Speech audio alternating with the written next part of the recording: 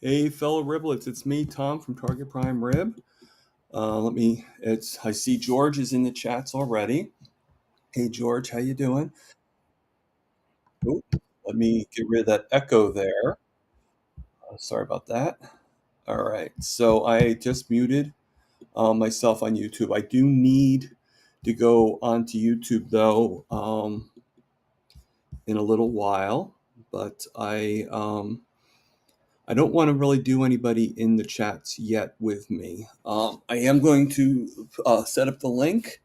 Unfortunately, we will not be having Aimee Perin um, as a guest. She was not feeling well, and she she is unable to come. So she's still feeling some distribution, I guess you could say, from the accident that she was in. So just pray that she gets better and everything. So I actually wanted to do something a little different with my lives. I I don't really come up with very good content, but lately I've been thinking of this one content, and I was going to do a video on it, but I couldn't figure out how to do the perfect video. So what I'm going to do is I'm going to show you the layout. Um, some of the things I put together for the video. I'm still learning the computer. I'm still learning how to do different things. So this is not a mastery. So I'm going to go through that first. I hope that doesn't bore anybody. Um, but so while you guys are saying hi to each other and everything, but I want to talk a little bit about cholesterol. And one of the things I want to show is, okay, I want to show this. This I couldn't actually, for some reason, I couldn't put it from my phone to my computer. So I'm going to show it from my phone. This I had to do. But this is just a reminder of what my burn looked like about 9 days ago. So that's pretty much what it looked like there. Hey, Tanya. Okay. So I don't know if you guys can see it right there. Okay. And this is what it looks like now after 9 days. Okay. Now, normally it would have taken a lot longer for that to heal. Okay. It would have taken probably months for that to fully, even heal a little bit. So it's one of the downfalls of being diabetic, I guess you could say, that your blood cells. So I wanted to talk about cholesterol, and I'm going to um, bring out my best friend here. Okay. This is, let's actually bring me back out, add to the scene, and put me in spotlight. Okay. So this is Todd Lindy. We've all met him the beginning of my channel. All right. And I used ChatGPT to create a cartoon character of Todd Lindy. Okay. So hello, Angela. How you doing? Um, so this is Todd Lindy, and he tells about how cholesterol heals open wounds. And I just want to kind of put that out. I know it's a little bit more educational than what we're used to. I get it, okay? But I'm going to, I stopped media sharing, but I'm going to share different things. And I actually have different implants to put in. So I'm going to give some spotlight to this. And I'm going to read 7 different segments on why cholesterol is actually good for us. Okay. And then after we read all that, and this is off the top of I got this from ChatGPT, okay, and I'm hoping that this is somewhat entertaining. I don't know. First time I'm doing this. It's a test in process, so let's give it a shot. Okay, so in this, I wish I could see it a little bit better. For number one, cell membrane repair and regeneration. Cholesterol is a structural component of cell membranes, helping keep them stable yet flexible. During wound healing, new skin cells. Actually, let me just do one thing for 1 second. I'm going to actually Hide. Okay, I said hide. Hide that one too. Okay.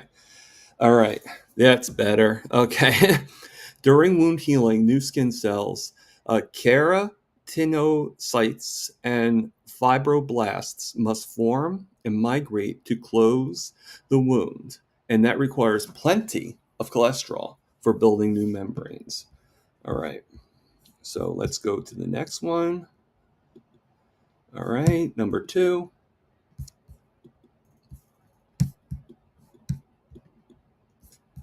All right. And I don't, yep, there I am. Okay. So number 2 is formation of the skin barrier, epidermal barrier function. After re-epithelialization, new skin growth, the outer skin layer, stratum corneum, needs lipids, ceramides, fatty acids, and cholesterol to restore the protective barrier. Without enough cholesterol, the new skin remains weak and loose, water easily slowing wound closure and making infection more likely.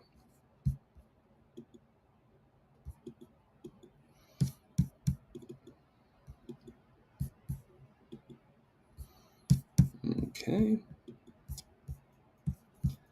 All right. All right. Support of inflammatory and immune responses. In the early stages of healing, cholesterol helps regulate inflammatory signals. It's a building block for steroid hormones like cortisol that control inflammation. Cholesterol also affects immune cell membranes, macrophages, and neutrophils, enabling them to move into the wound site to clear debris and bacteria efficiently. Okay. Number 4. Okay. All right. And so you can see me. Cholesterol rich lipid rafts aid cell communication. Lipid rafts are cholesterol rich microdominins in cell membranes. These structures help cell signaling pathways that coordinate cell migration, proliferation, and growth factor response, all vital for healing progression.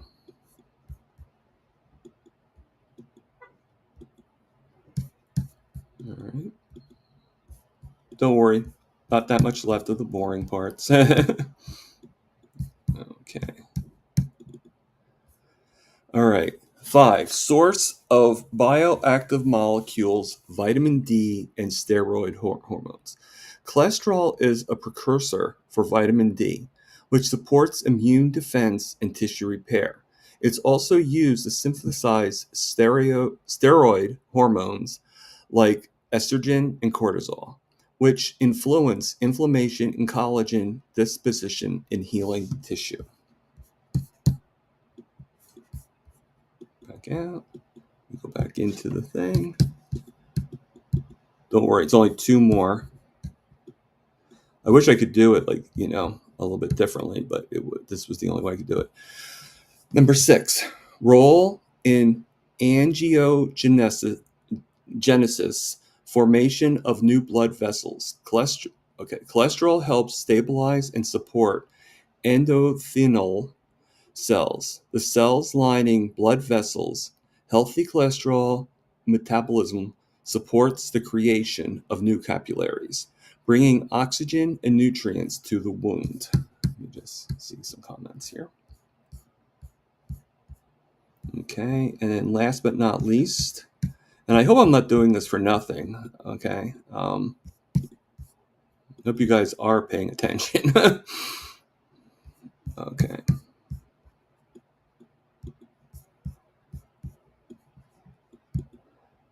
Okay, so number 7 is lipid-based healing treatments.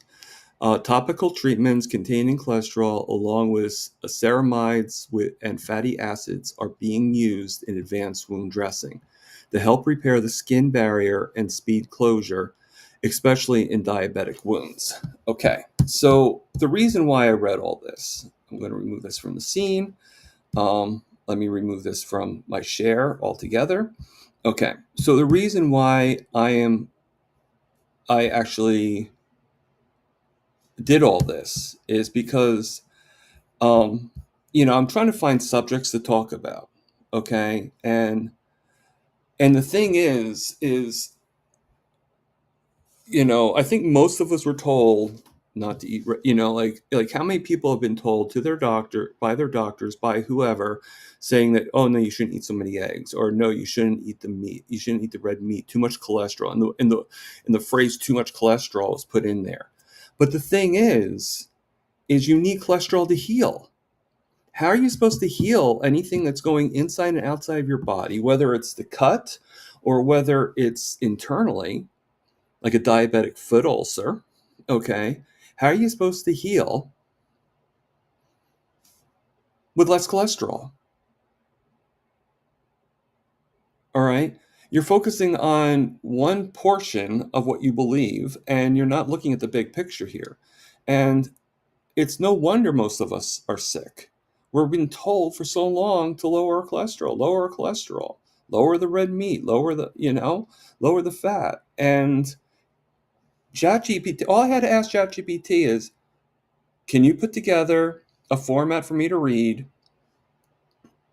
in, in order for me to read on a video about how cholesterol heals wounds of all kinds, open wounds.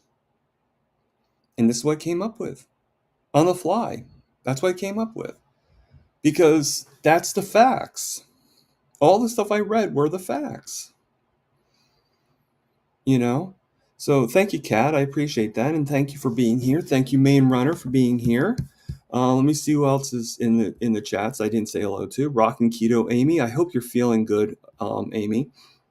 I know you seemed to be feeling pretty good last night on Bob's channel, but I'm hoping that you're feeling even better.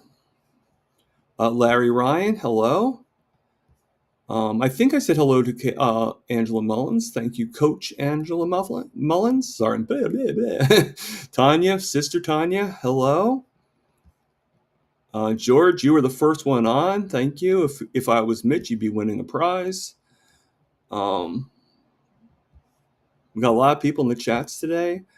I do have to apologize to everybody for not having the guest on today, but I hope that this is still something that you guys would want to do. Okay. I know I normally don't do education or anything like that, but I wanted to show that I do have these thoughts that go into my head. And like one of the things is people wonder why I went carnivore.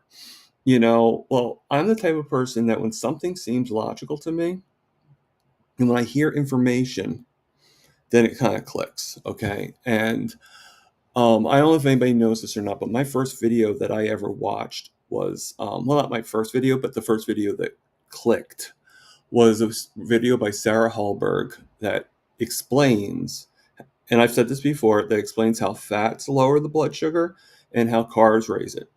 That's simple. It's simple. A caveman can understand that. Okay. And, yeah, yeah, okay, cat. I do apologize about my pronunciations. One, I sometimes I feel like I have a whole bunch of like fluid in my mouth. I don't know why. And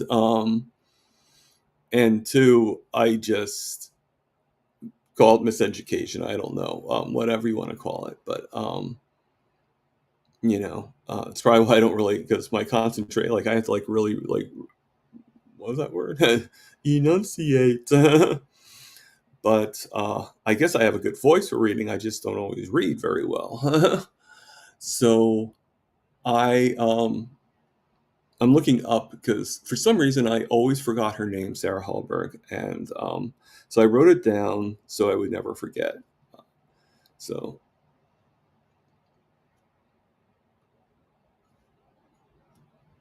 thank you, Kat. I appreciate it. I did my best. Um, you know, it's a learning process for me, and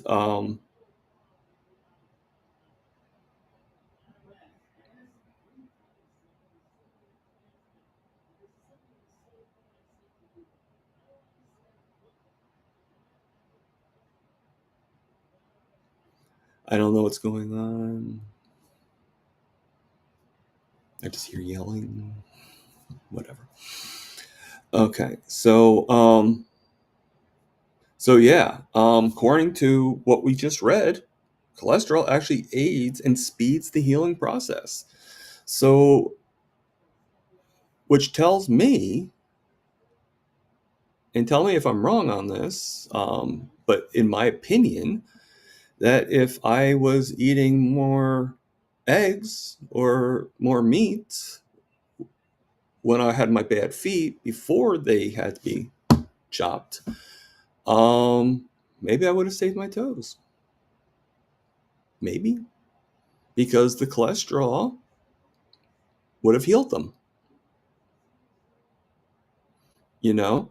And yeah, so her book, Type 2 Diabetes, start with, you know, um, thank you, George. Starts with ignoring the guidelines, 8 minutes and 6 seconds. A big part of my journey. Yeah, I mean, she was amazing. I know she passed away, unfortunately, but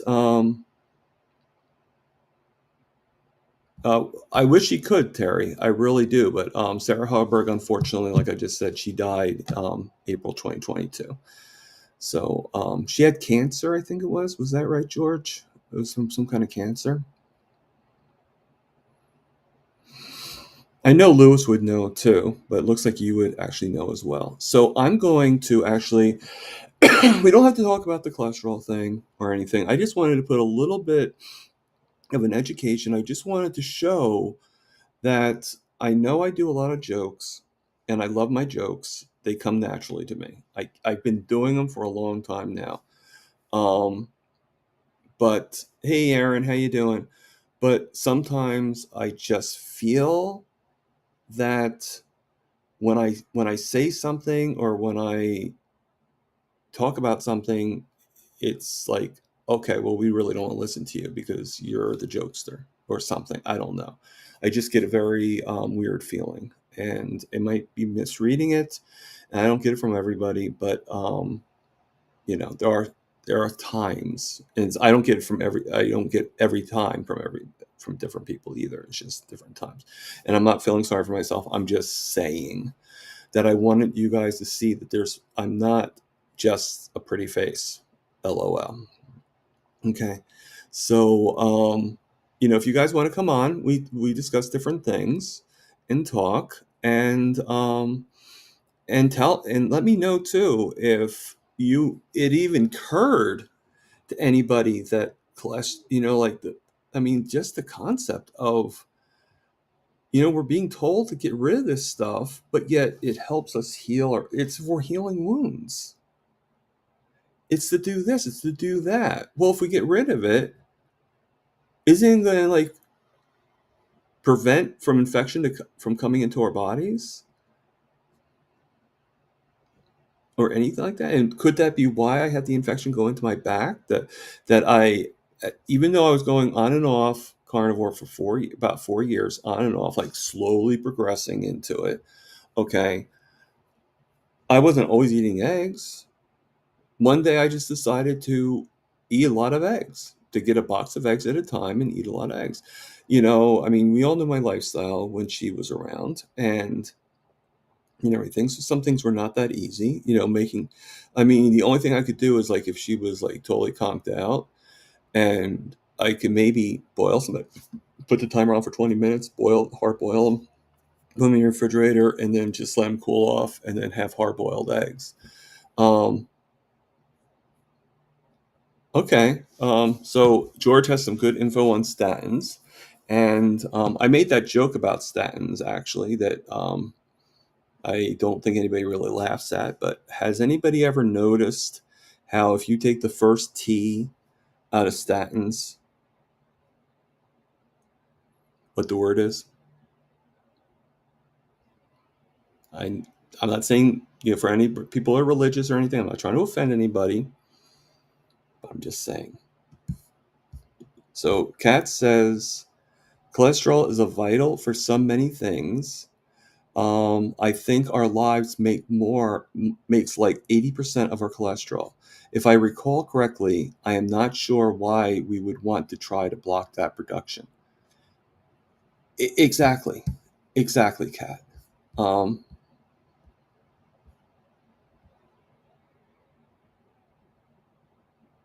you saw that, Larry? Okay, cool. I mean, is it true? It's true, right? Like, think about it. This actual thing has a word in it that if I was a religious man, and I'm not, I would not want to take this stuff just because of that.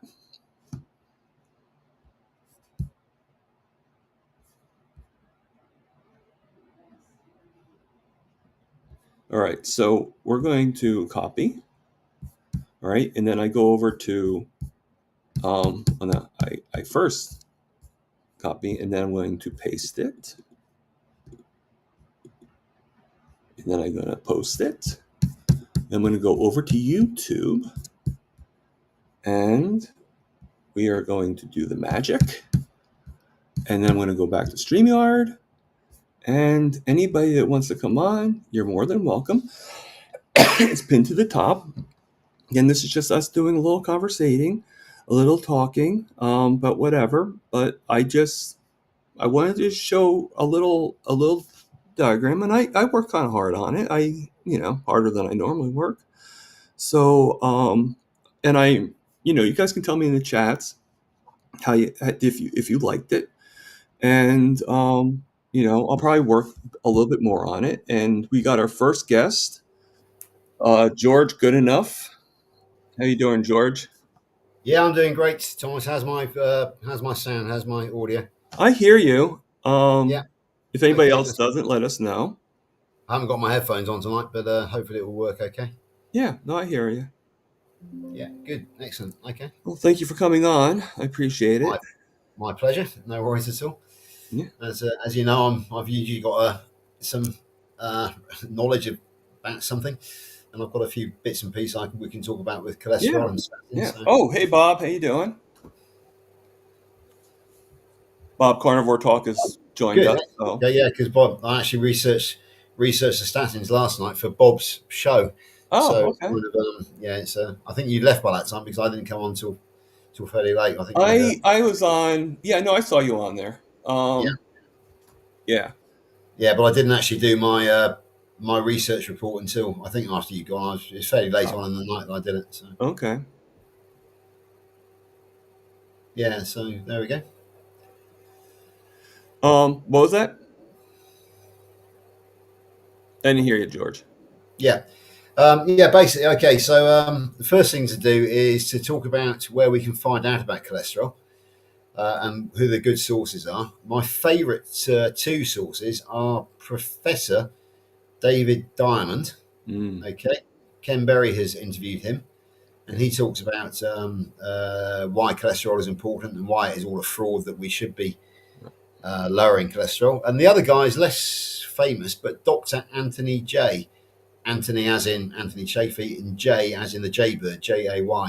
Okay. He's not so well known, but if you look up Dr. Anthony J. cholesterol on YouTube, you will find his work on YouTube. Okay.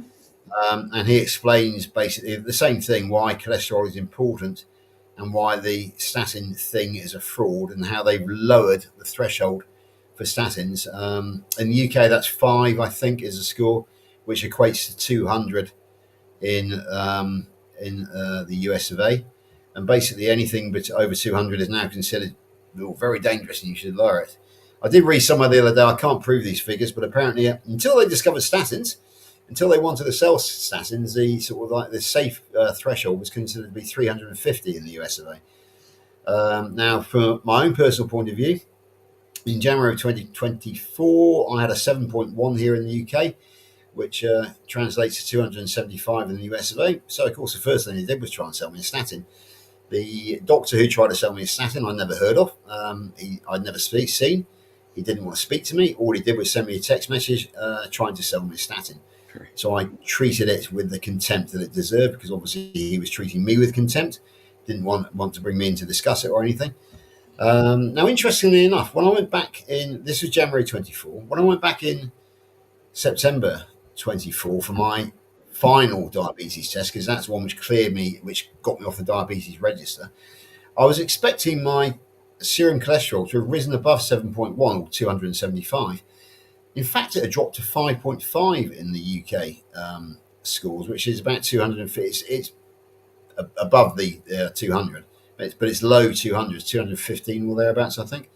Mhm. So the nurse said, "Yeah, well, you are kind of in the statin range." She said, "But I think I know your views on pharmaceutical interventions."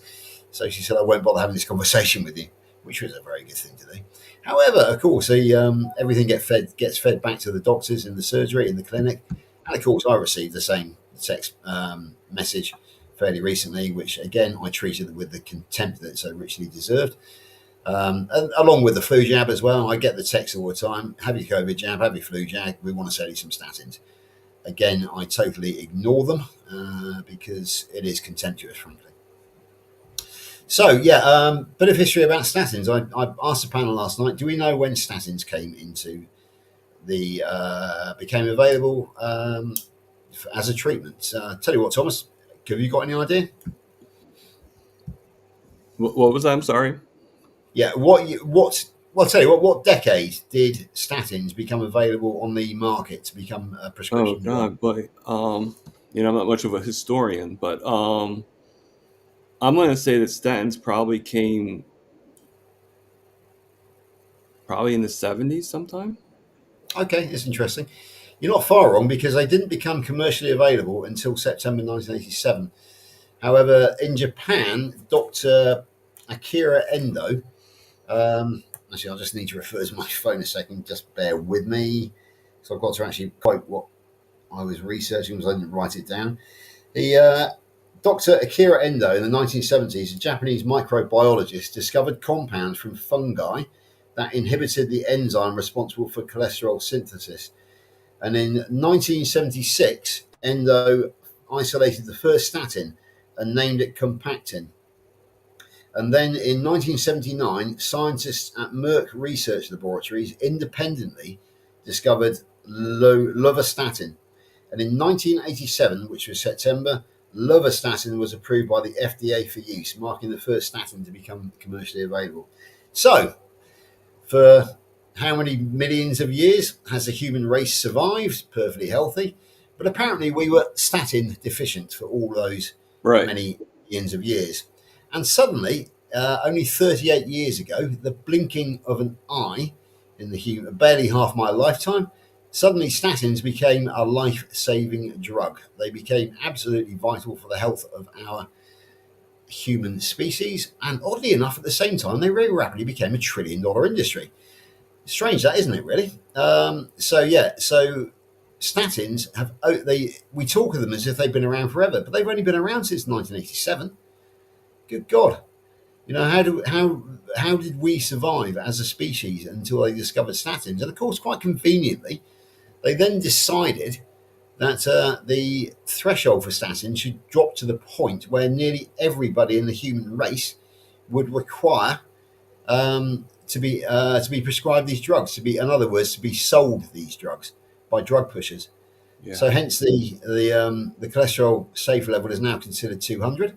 And of course, what's happened? We've got statins, and those who need it are obviously the people who eat the healthy diet, the fats, and stay away from the Oreo cookies because they're very effective at lowering cholesterol as well. And what's happened? Alzheimer's, PCOS, you name it, it's all gone through the roof. And anybody with low cholesterol is, well, yeah, lower cholesterol basically means that you're not protected, your brain isn't protected, so hence the strokes. I often tell the story of a girl that I used to train with some 20 years ago because I was quite a fit athlete at my time. She was a gym bunny, and we used to go running together and walking together. She was fat phobic to the point where she wouldn't eat an avocado because of the fat content in avocado. And then I heard back in 21, I think she was a couple of years older than me. At the age of 60, she had a stroke. So that is anecdotal talk, but she was fat phobic, so I obviously would have had low cholesterol. I Oh. didn't understand cholesterol at the time, but at the time that I used to train with her, so I didn't know these things. Because back in the old days, I used to believe that fat made you fat and that low fat was Well, the. that was the belief that everybody, and if you think about it on a word game, it makes sense. Like fat makes you fat, that it sort of makes sense on that particular concept, but life just doesn't work that way. Yeah, exactly. Uh, yeah, exactly. Jonathan Carnival Moss is saying cholesterol over 5, in other words, 200 in the USA. Yeah, definitely a Yeah. statin for you.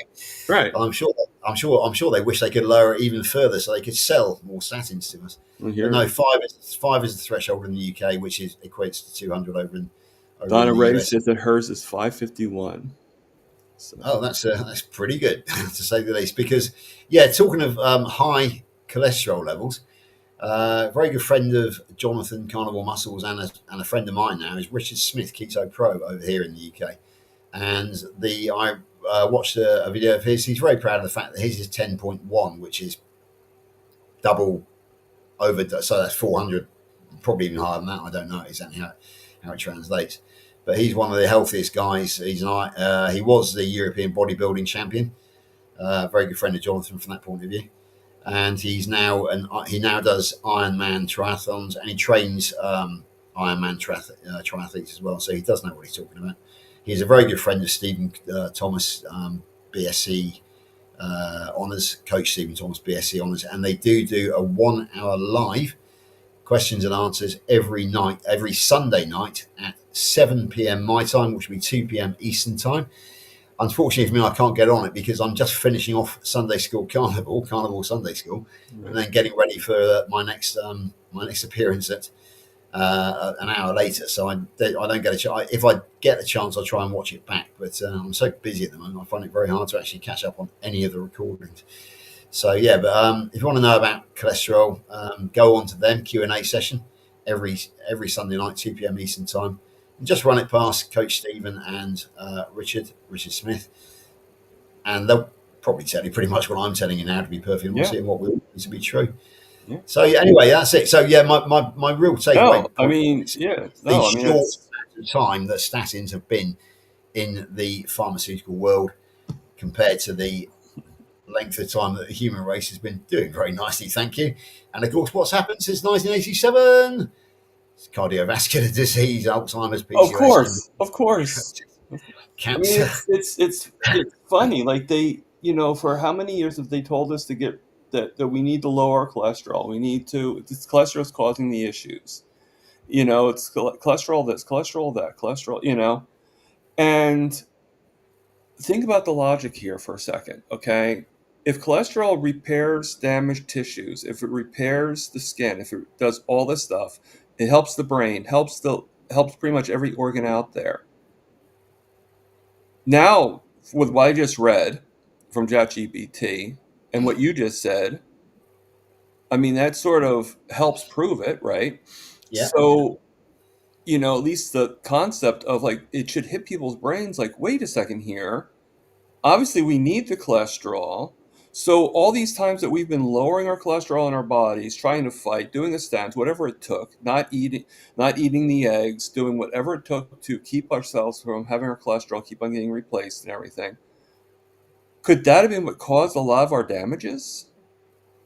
yeah, absolutely. It's but right. The analogy I came up with the other day, I was talking to a guy who quite possibly he's carnival curious, and I'm sort of coaching him for free. So he's a very very good close friend of mine, and he and his fiance actually, she's going through a bit of depression and anxiety.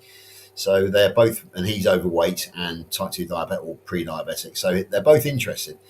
The analogy I came up with when it comes to cholesterol is you've got to look at the word, you've got to break it down. And the key is sterol, the cholesterol. Now, cholesterol comes from animal saturated fats. And if you're building a house, what you want to do is build it out of solid bricks, don't you? You want to build it out of bricks that are going to. It's a bit like the Three Little Pigs, I was going to say three little pigs. Yeah. the guy who built his house with bricks was safe from the big bad wolf. The other guys didn't. So basically, there are three types of sterols. There's cholesterol, there's plant sterols, and I think there's mycosterols as well, which are the sterols which come from fungus. Obviously, we probably don't eat enough fungus for them to really have an effect on our building blocks. But the analogy I came up with is that cholesterol, it basically is like a brick factory, and it sends really good bricks and mortar out to your cells, so your body is building with really good solid bricks. Now, if you lower your cholesterol, it has to be replaced, and of course, what it is replaced with is plant sterols.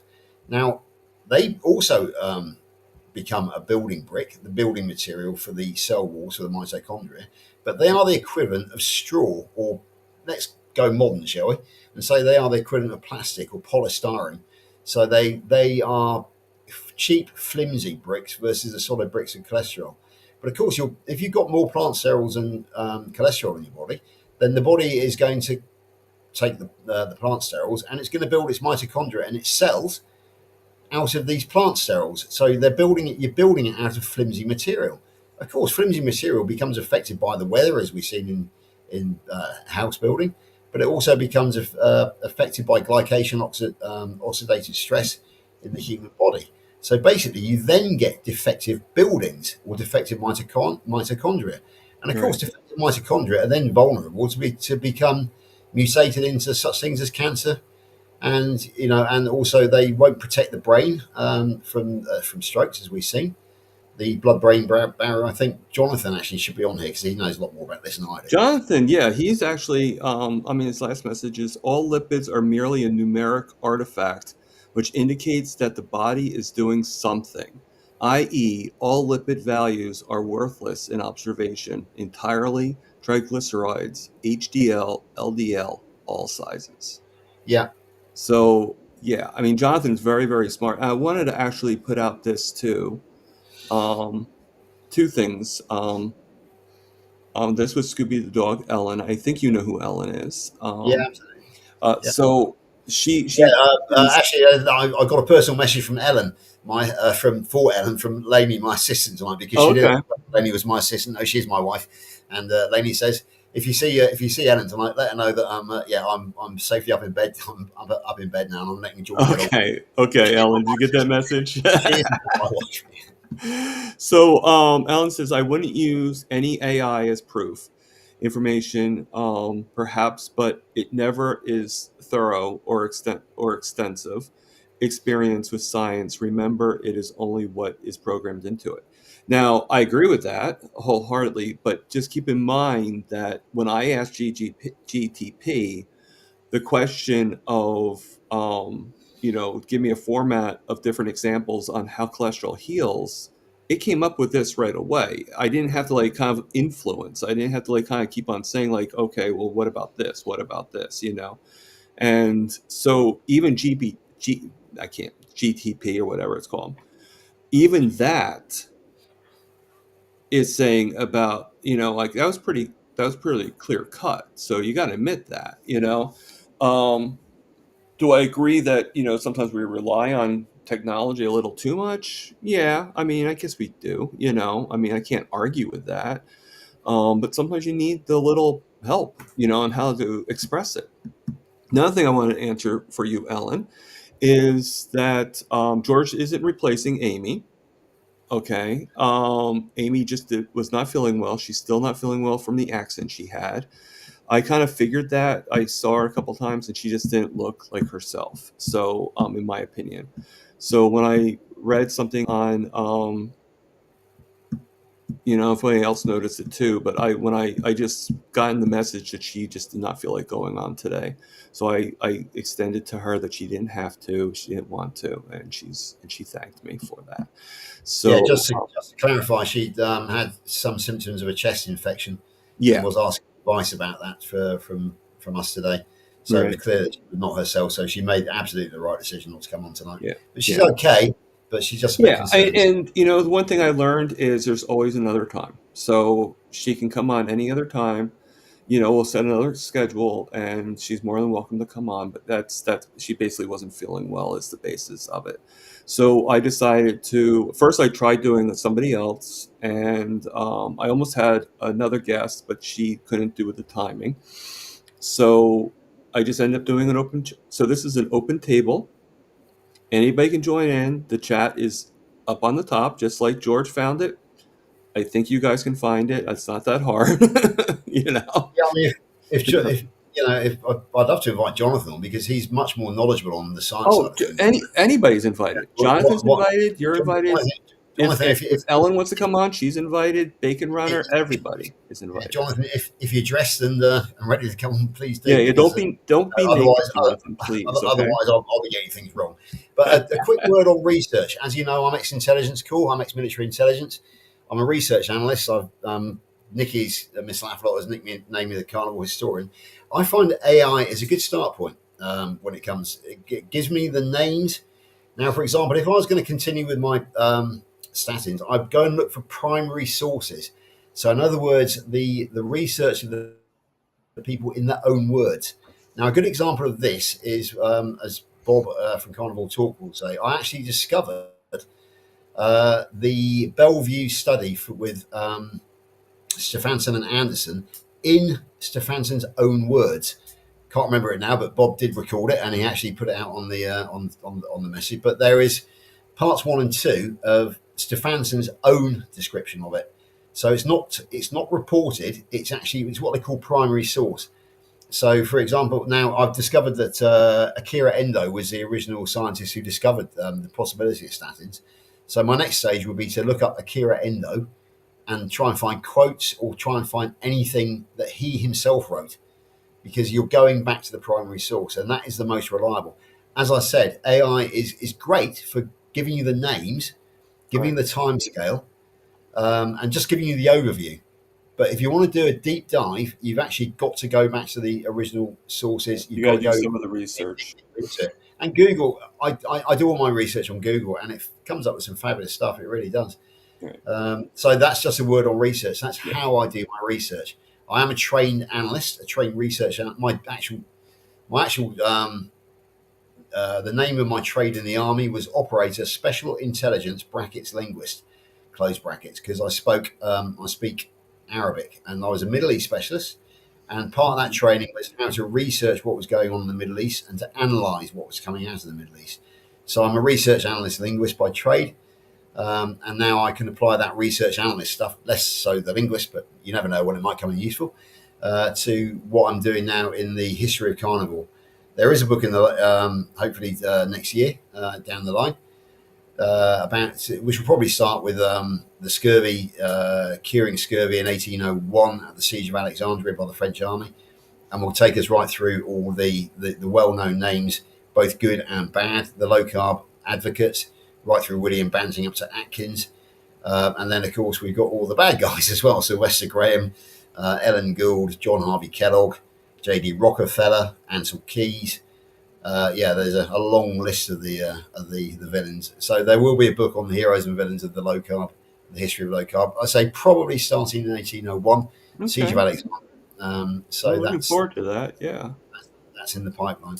In the meantime, I will be doing quite a lot of one-off shows on it. I've been doing them with Nikki on October 28th.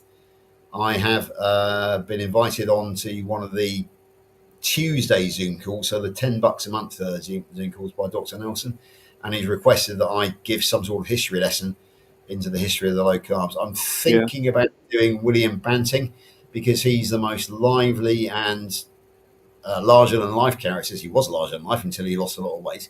But he wrote, but he was very influential back in 1865. So, and I think I can get an hour out of William Banting. I will have something up my sleeve just in case I run out of stuff for him. But yeah, William Banting I think will be my preferred topic on that particular night. So, yeah, that's just a quick word about research and analysis and how you've got to go beyond AI. But AI is a good start point. Yeah. So, Ellen says it's frustrating how many people, even doctors, etc., who quote studies but have never read them or just read the abstract because sometimes the title is misleading. That is absolutely true. Yeah. You So know, I've got a bit of personal experience here. Last October, I went to a conference which included quite a lot of doctors. The project manager knows my story, and she's an ex-nurse, and she's now a senior project manager in the National Health Service over in the UK. And she invited me there as a sort of agent provocateur. somebody who would be thinking outside the box. She knows my story, and she wanted me to talk to people. I ended up talking to a doctor, and I showed him my before and after photographs, £293 to, I think I was down to about 193 this in October of last year. So £100 gone. And he said, "That's amazing," he said, "old chap." He said, "That must be Ozempic." I said, "No, it's Carnivore." He didn't have a clue what I was talking about. Unfortunately for him, he'd engaged me in conversation, so couldn't politely disengage too early.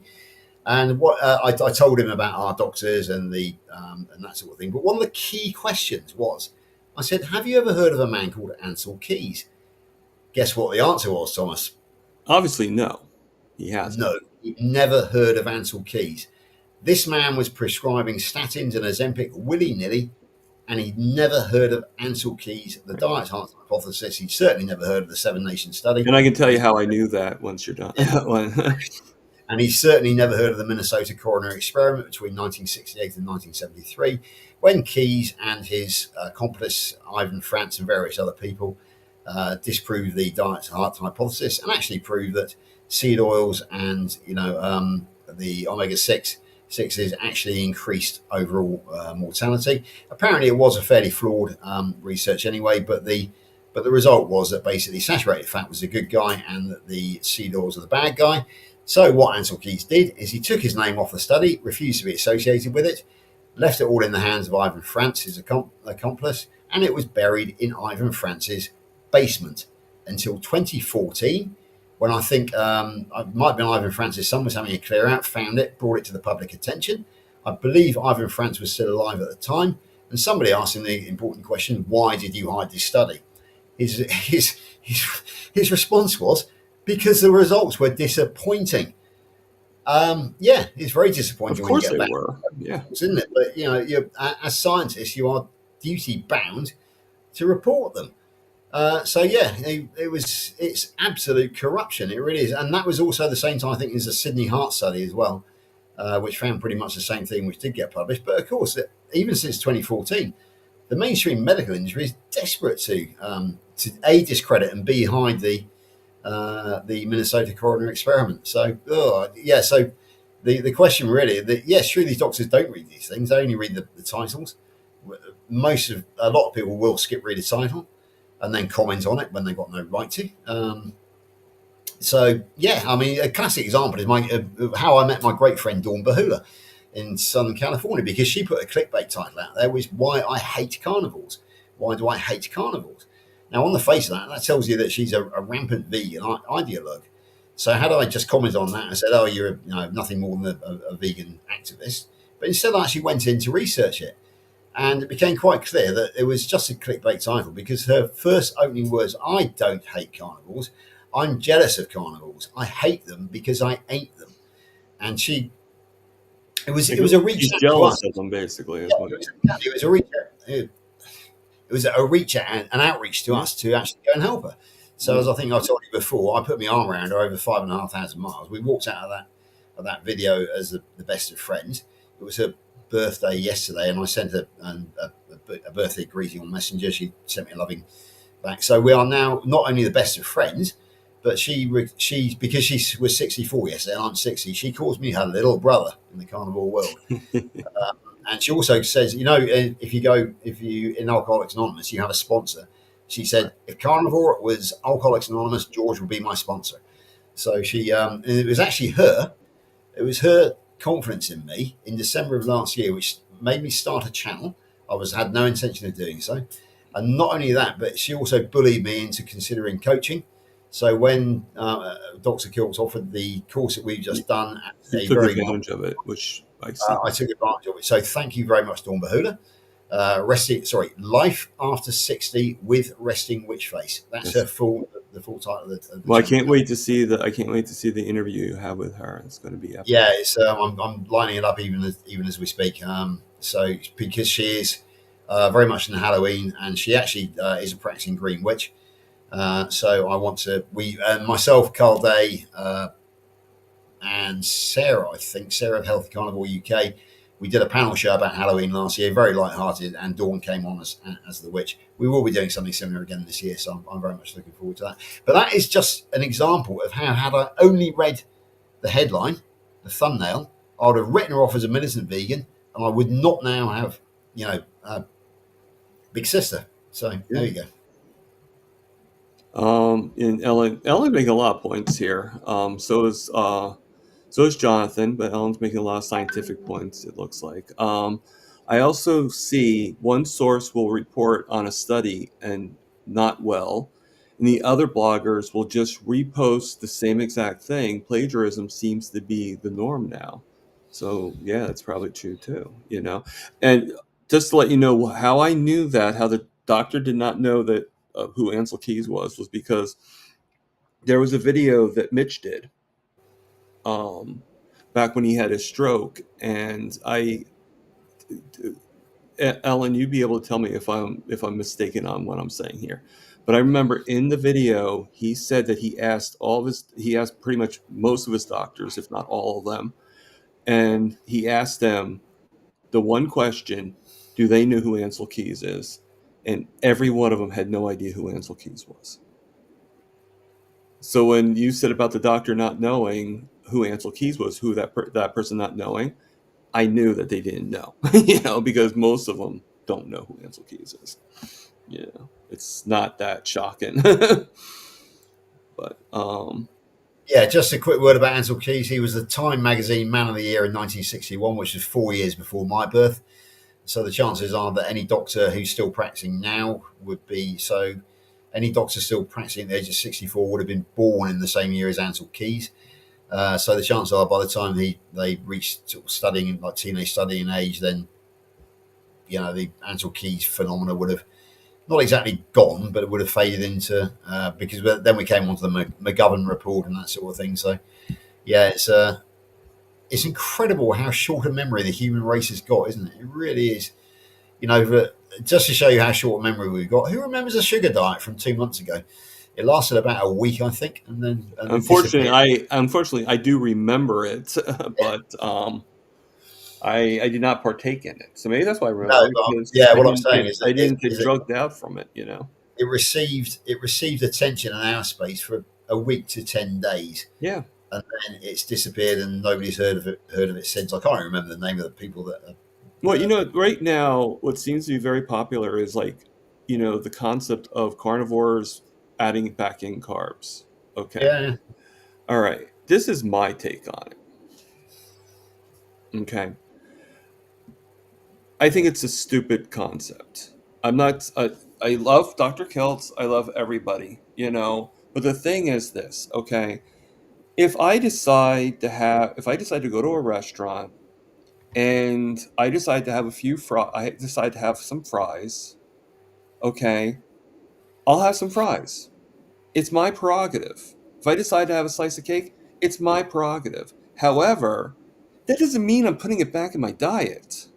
It no, just means I exactly. had it for that one time, and the next time I'm not going to have those fries. So to be so sterile into saying, well, I need to add it back to my diet. Now, if you want to, that's fine. But because that's just idiotic to me. No offense, but I think Okay, I've got a take on this, and that's myself and Laney, obviously both carnivores. We don't allow any carbohydrates to go into our shopping trolley. What do you call them? Shopping carts over in the shopping United carts. States. Yeah, Yeah, trolley's good too. yeah, exactly. We don't allow that. We have no bread or anything in the house of any carbohydrates. That's certainly no fruit and veg. Although Laney does sometimes eat cauliflower cheese, which is kind of a very low carb, and the cheese sauce, but very rarely. However, as some of you may know who follow me on Facebook, I am doing a Facebook series on dining out on Carnival, where you can go and get a good steak, and how the staff and the kitchen deal with the no sides, please thing. Um, However, Laney will now often have. She will allow herself, when she is out, to have a few French fries, or chips as we call them. She will allow herself a few onion rings, for example. But again, it's only when we're out and about, and because she wants to enjoy the experience. She fully understands the fact she's got cancer and about glucose and glutamine. So Dr. Kills has got this great saying: It's significant as in amount and frequency as how often you do it. So, of course, the significance of what she's eating is small because even if she gets a full side of French fries or chips, she will only eat one or two or three because she wants to eat the meat that she's ordered mainly, and it is just a condiment. And again, with the onion rings, when we went to the Longhorn Bar and Grill last Saturday, great big baskets of chips and onion rings came out. I think she had about half a dozen French fries and she had one onion ring. She said they were dirt lush, to use the Bristol term, but she said I didn't want any more. I just had it because I love the flavour and the texture. So she had no significance and it's of no frequency whatsoever. So it's not gonna, it's not. It doesn't mean that she's no longer carnivore. She's added something back in for the small luxury of doing so. For myself, I am certainly not adding any vegetables or any plant-based stuff back in. However, I have always been a great fan of foraging wild mushrooms, which are a fungus. So they're responsible for the mycosterols, not the plant sterols. So they're not exactly a plant, they're not exactly an animal. They come from an underground mycelium. She's saying she didn't have any French fries. She did. She's about half a dozen, no more than that.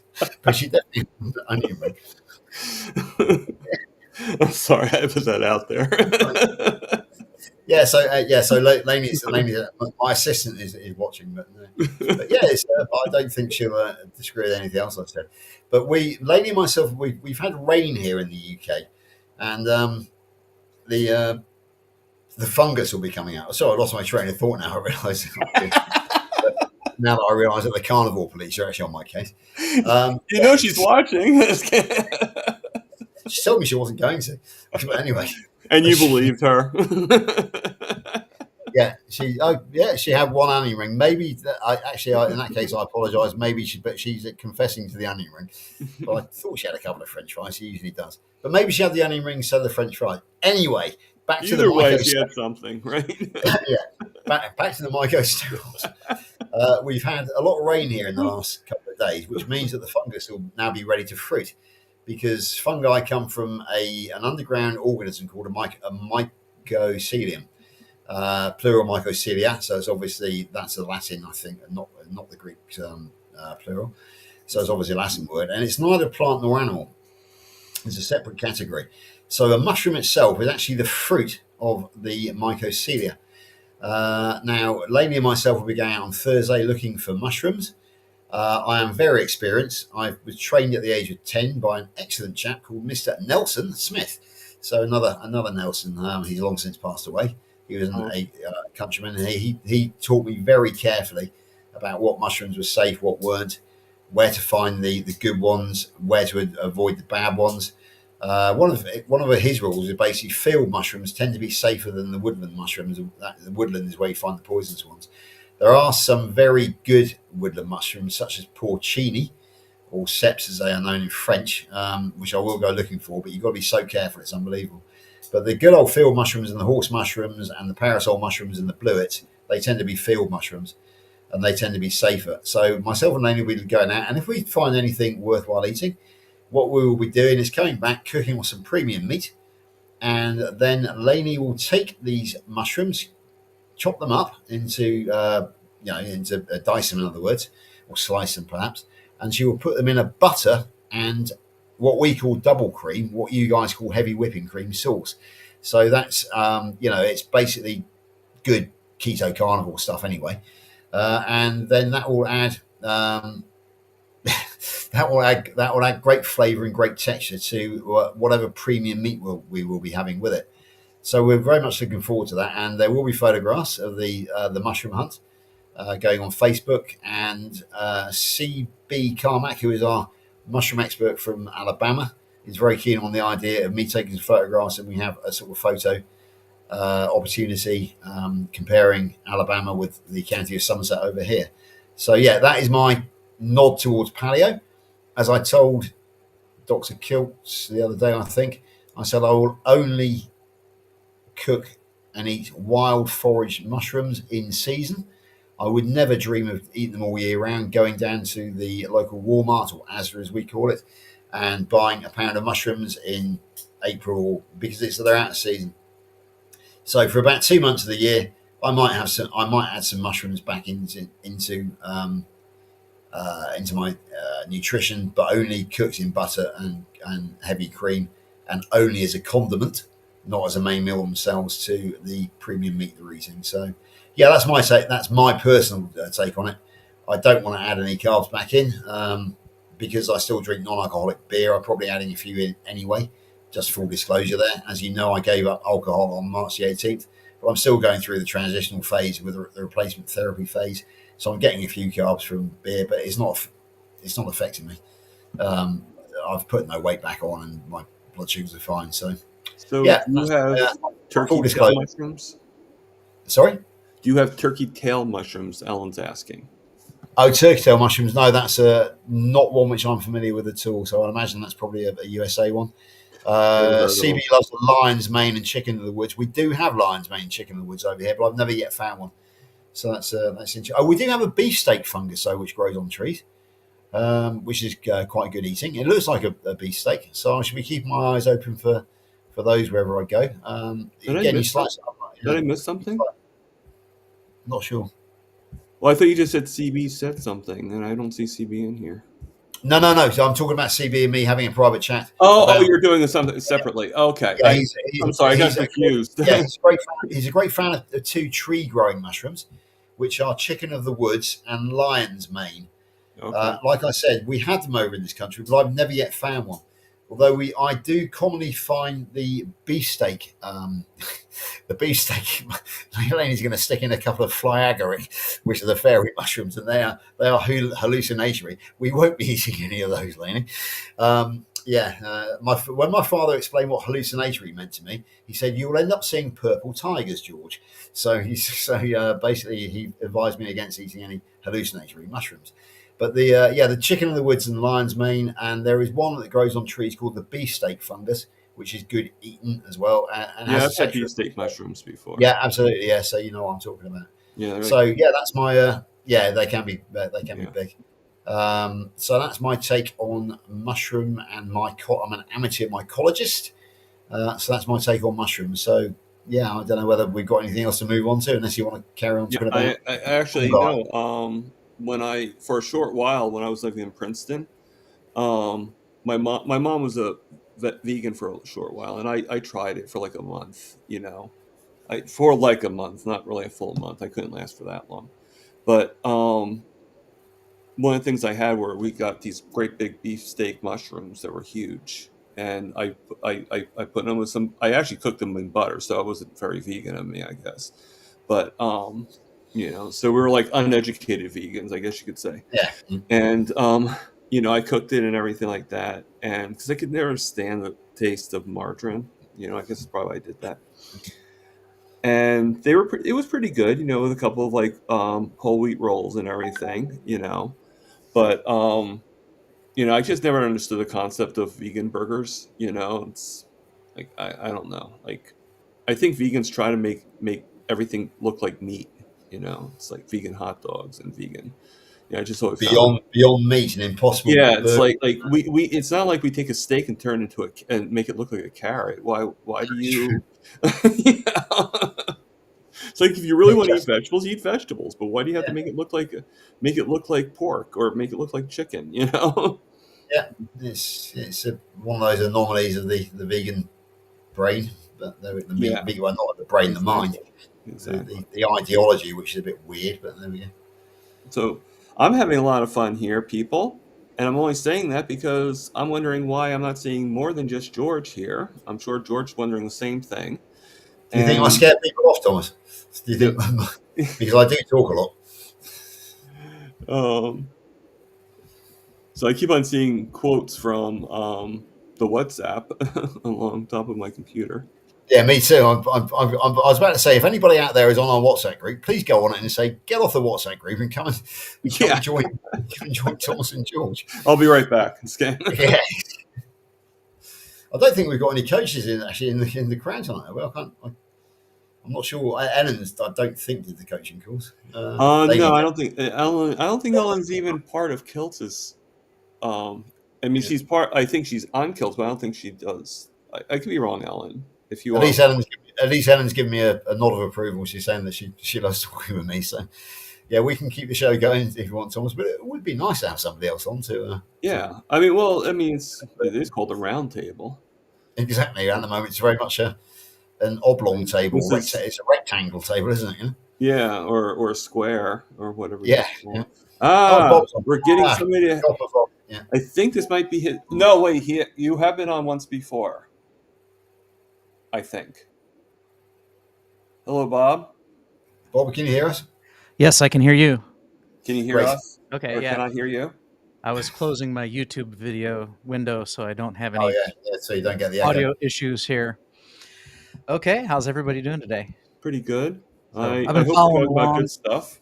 Yeah, been following Very along well. for about 45 minutes. I came home from work and fell asleep, then woke up and saw the WhatsApp chat, and I was like, oh, I'll go up there and watch this. So Cool. I've been enjoying your discussion so far. So Thank you. Thank you. yeah. I tried being a little different. Mhm. Usually I just kind of like fly by the top of my head and I just kind of put together a little something and hope that it would help at least stimulate something. Ellen's saying that she could come and chat. So do it, Ellen. Of course, Because Ellen can come and chat. we get a much better round table if we get four on the screen rather than just Right. three of us. Well, Mhm. 4 would actually make a square. 'Cause Exactly. Yeah. 4 on each side. Precisely. Yeah. Um, you know, or rectangle, but no, rectangle would be more 6 because 2, 2, and 4.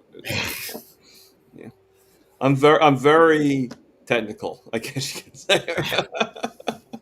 I think Bob had about 7 people on at the height of his. Oh, he had more than that. He had 9, I Yeah, think. absolutely. And of course, we had the great Papa Carnivore fast asleep for every. I'm And the side of sorry. Papa Carnivore nearly killed laughing. Amy.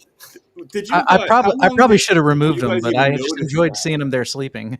Like, Yeah, but so basically, Bob, had Amy popped her stitches because she was apoplexy, it would have been your fault. now, Uh, now to be really cruel, you should do like a short with him sleeping all the time. Everybody else Yeah, is talking. it would have to, Bob. It would have to be the short of Papa Carnivore asleep and Amy having apoplexy. That would be absolutely hilarious. Tom's absolutely right. Oh my god. Yeah, that was funny. But you know what? Like I said last night, I've been guilty of the same thing.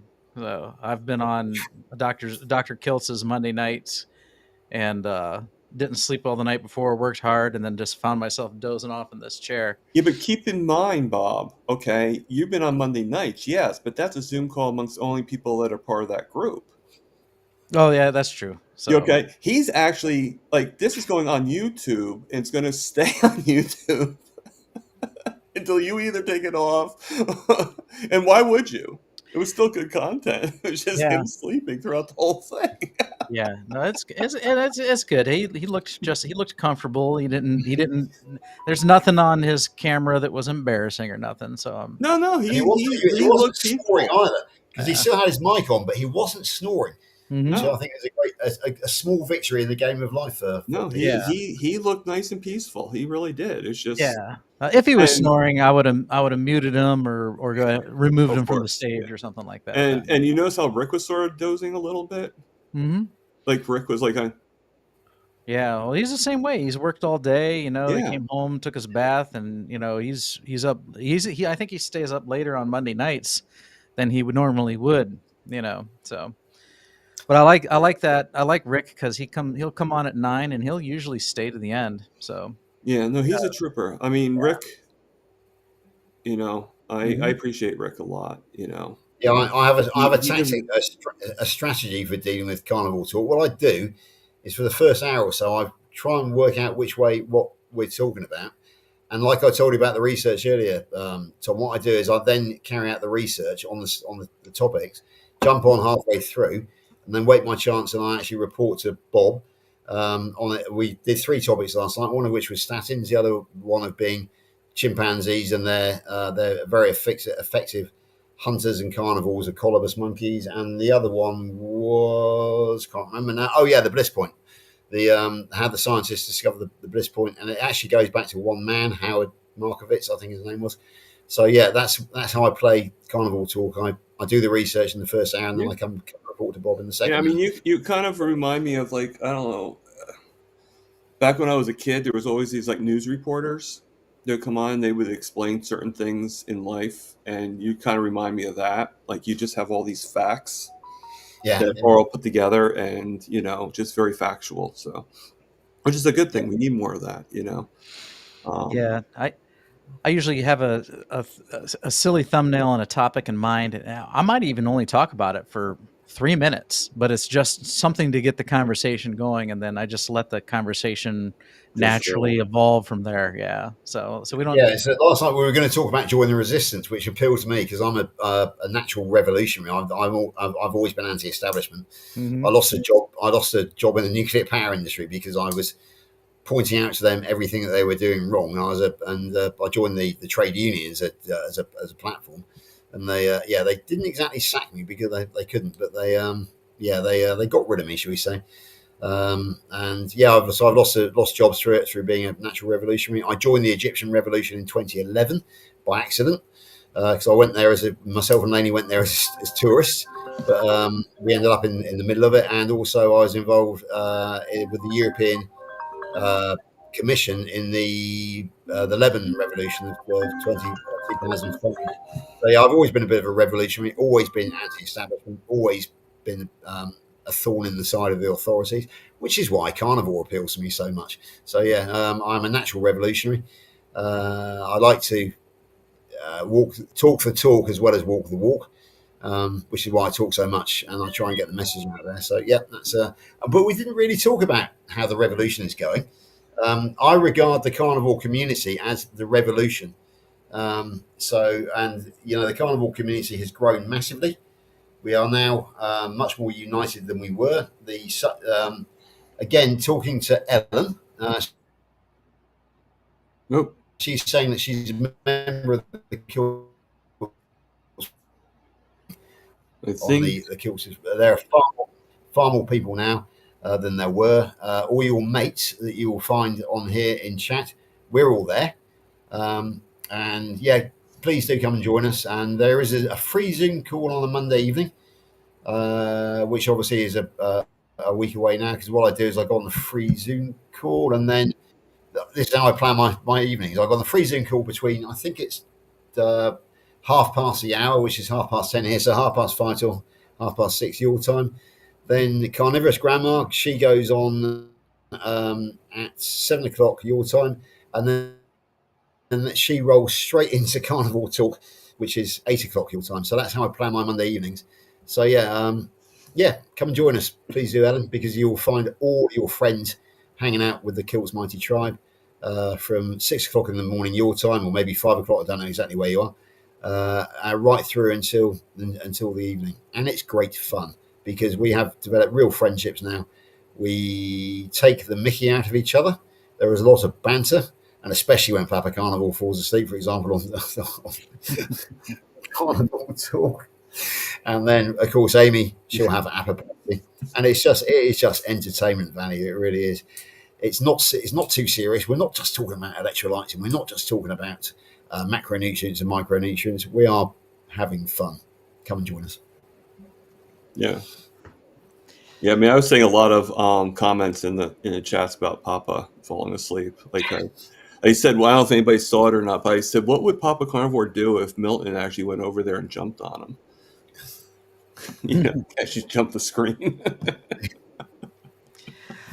Yeah, Yeah. it's really weird. It feels like we're all in the same room together, but we're thousands of miles apart. Oh yeah, give him a heart attack. Like, ah! See there is a heart attack diet. Yeah, I think he just woke up and then signed himself out. And so when he realized what, I don't know if he has any idea how long he was out for, but it was quite Yeah, some time. So, but yeah. he had like, well, he's probably working hard with a new job and everything. Mhm. Because I mean, one time he was saying about how much money he made doing one of the days. So I think he's doing pretty well with that job. And Mhm. I've done furniture sales. So I know you can work a lot of hours. You can do, especially if there's a holidays coming up and stuff. So he's probably putting in a lot of time. Definitely. Yeah, I need to answer Ellen again. She's asking about the Zoom calls on the KMT. The free Zoom call is at 5:30 p.m. Am I right? Yes. 5:30 5:30 p.m. p.m. for the basic free. Eastern Yes. Standard Time every Monday. Uh, just recently, they've introduced a payment system. So the advanced is $10 a month, and Right. And the premium that's is Tuesday, yeah. 30. And then the premium is 30. I So think if you 30. pay the $10 a month, you get the Monday and the Tuesday call.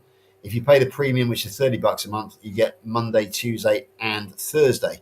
Right. Full disclosure for me, because I joined healinghumanity.life at $30 a month about 6 weeks ago. When Dr. Kiltz took me by surprise, I am not in a position. I've got very little income at the moment because I'm doing this full time, just a tiny army pension. I'm not in a position yet to actually give any more money over to the cause. Right. So therefore, I am only on the The Monday freebie. free. Yeah. Exactly. And for example, is it Tuesday night tonight? But tonight I will be coming off here and going You're straight going on to over to Kerry. Right. healing onto Kerry. So we're kind of getting a bit congested. Once I start making money, which I hope to, then I will join the premium here. But for the moment, I'm on the free and I'm on healinghumanity.life. Healing Yeah. on Zoom calls. Yeah. I mean, I'm only on the free version as well of KMT. At least I think I am. Yeah. Do you give them any money? That's how you know. I had to check my bank account. No, I did for about a month or so. I did have the free version of I called HHL, Healing Humanity Life. Um, but that ended because it was a contest I won. Basically, I won like one of those live things, and my name came up, and I actually won it twice.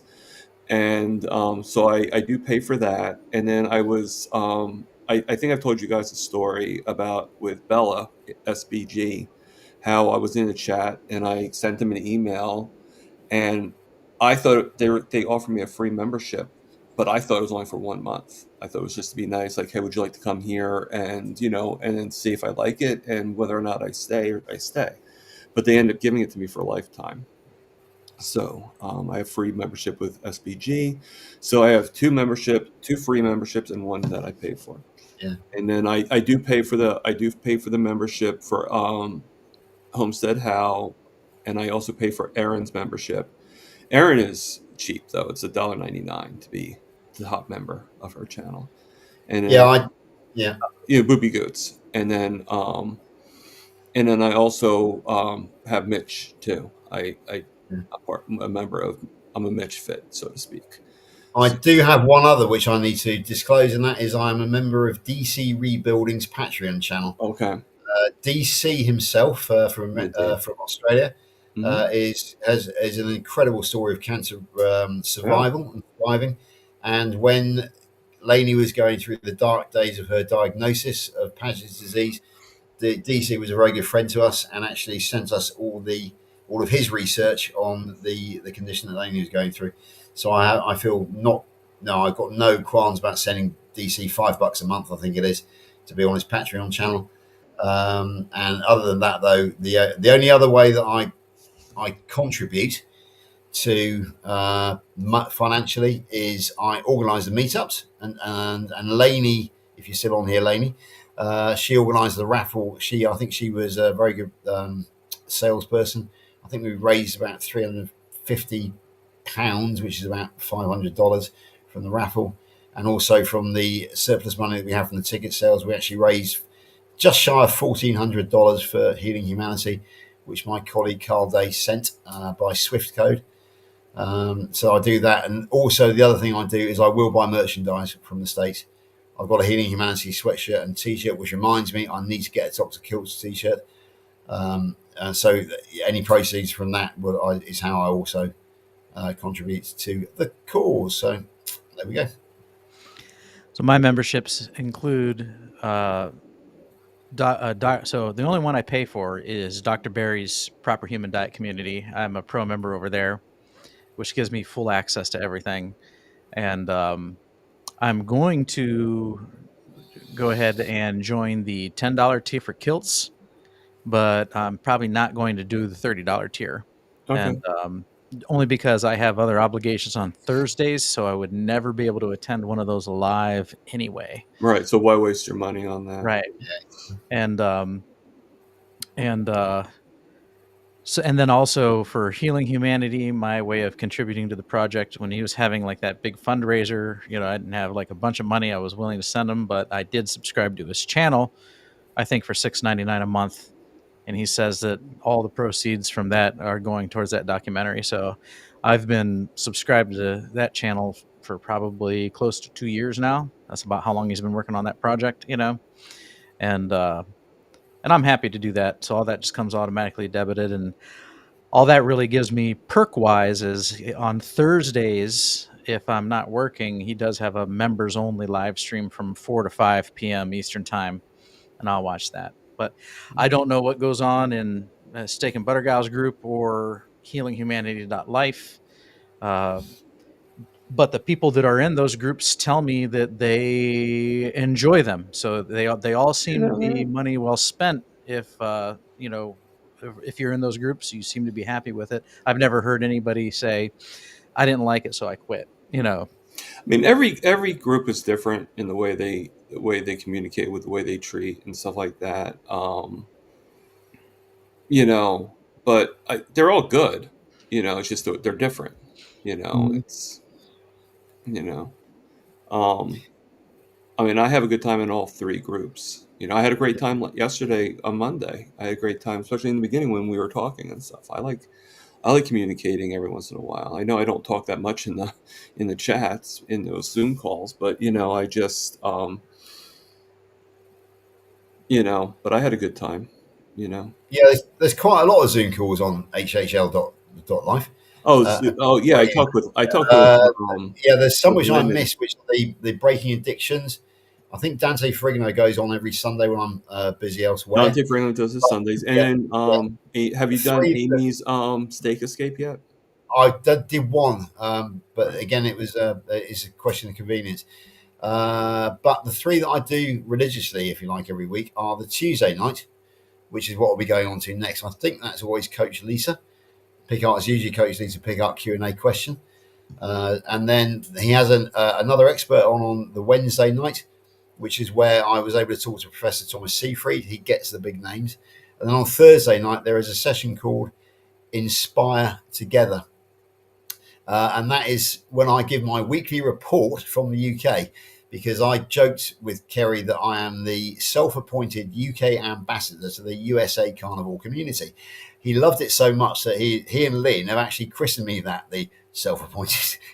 So, one of my roles, I've actually pledged to do, is to give him a weekly roundup of all the news from the UK Carnival community. So I do have a quasi official role within Healing Humanity. I'm the ambassador for you guys from the UK. So there we go. That's cool.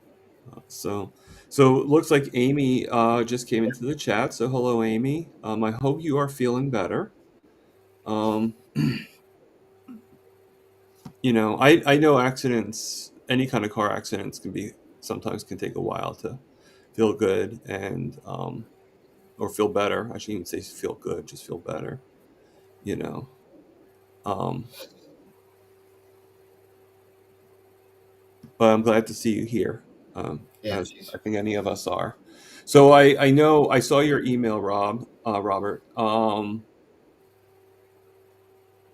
Yes, you said you're going to take a hiatus. You have a I'm planned gonna, hiatus. yeah, I just need to kind of like reconfigure. It probably won't take unless I get bombarded with a lot of people that want to do interviews. Mhm. Between January 1st and February 1st, I will then maybe reconsider.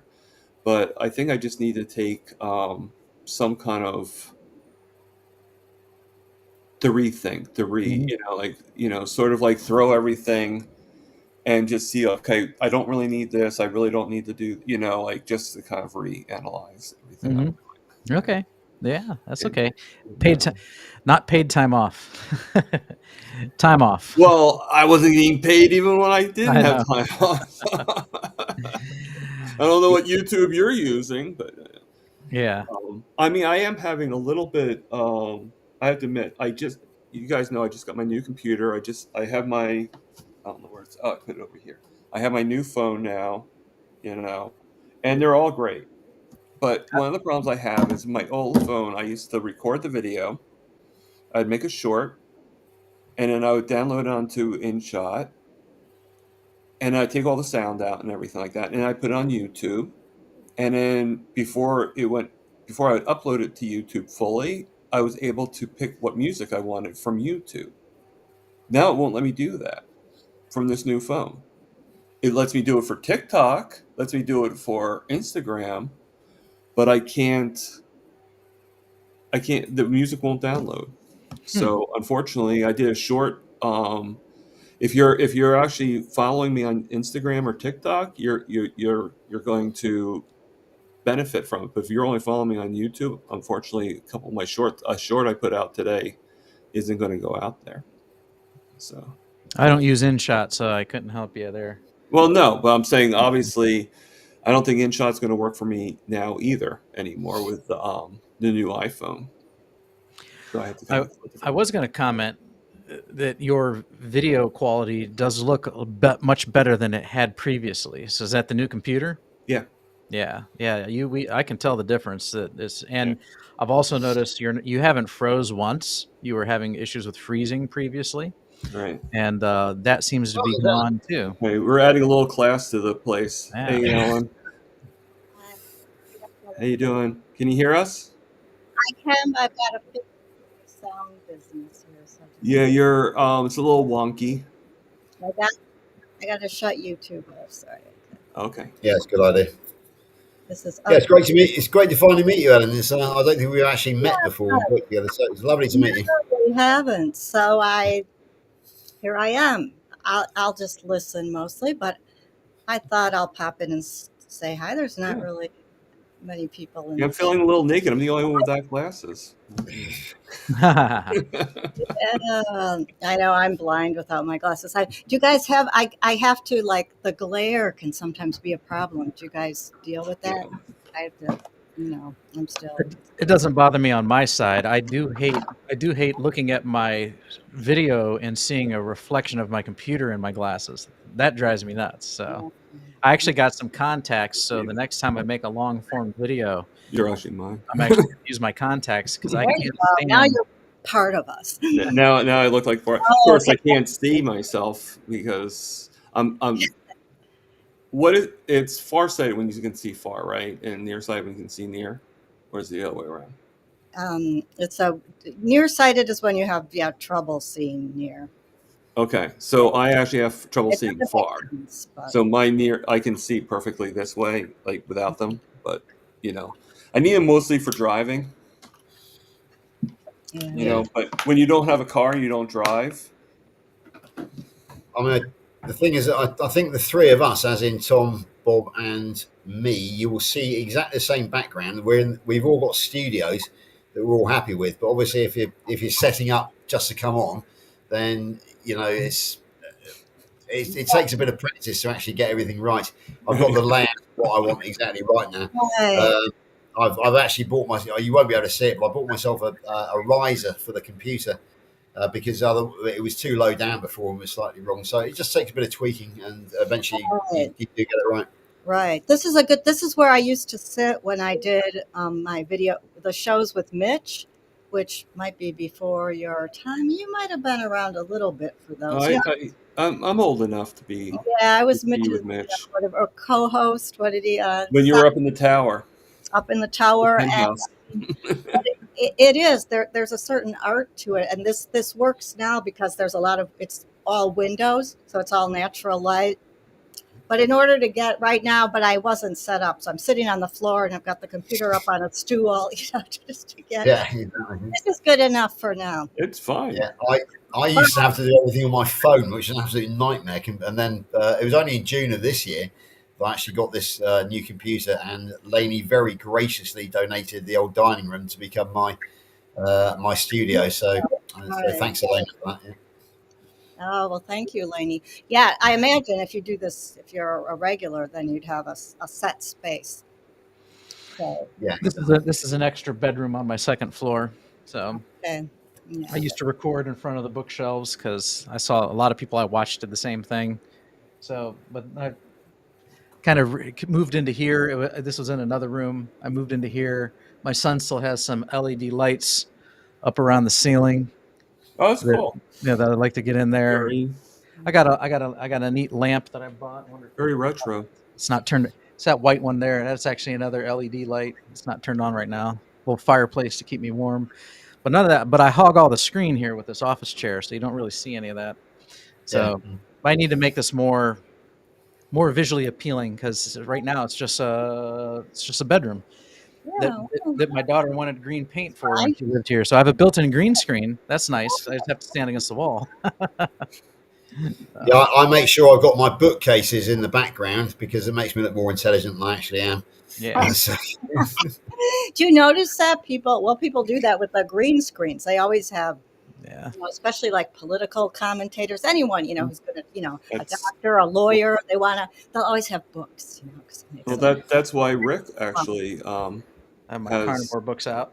yeah, that's why he has his encyclopedias out so he can look like Yeah, he reads that's like. good. Of course, hey, they are we're picking up, real. we're picking up. The audience is picking up. We got Kelly, we got Aimee, we got Erin. Yeah. Yeah, it's Okay. really great. I just need to address a quick question from Aimee. She's Okay. asked about the chaga mushroom, which is I just looked it up on. It's a tree mushroom that grows on birch trees in Okay. northern climes. It will therefore, Maine being northeast of the United States, it will be quite common. It would be quite common over here. I was quite encouraged. Oh yeah, it's full of antioxidants and that sort of thing. But apparently, it is incredibly high in oxalates.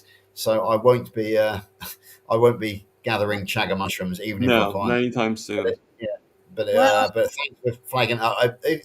It's probably one of those sort of nondescript ones which I've never really taken any notice of. So if I do find some, I will photograph and record them and post them on YouTube and the group and Facebook and things like that. they're really popular now as supplements. And I don't know what you think about this, George. I would imagine, obviously, they're not as good as real fresh mushrooms, but, you can buy, they market them for their different, like the lion's mane is supposed to help your cognition, what are Yeah, they? exactly. Adaptogens, I think they call some of them. But the turkey tail, the reason I was asking about the turkey tail is that those are supposed to, or well, an extract from those mushrooms has been studied um, as like an anti-cancer agent. It's basically, and it's used in Japan. Japan, of course, they made a pharmaceutical out of it. They extracted something from that mushroom and then made it into a pharmaceutical.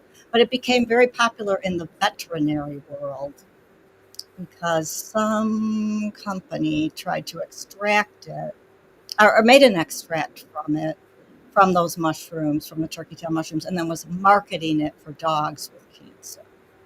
So it was very popular. So when my dog, who purportedly had cancer when he was 15, Scooby, the real Scooby, whose channel I've hijacked, he supposedly had cancer. So they found a mass, but he was 15. I wasn't going to I wasn't going to put him through surgery or chemo or anything because he already had lived longer than I thought he would.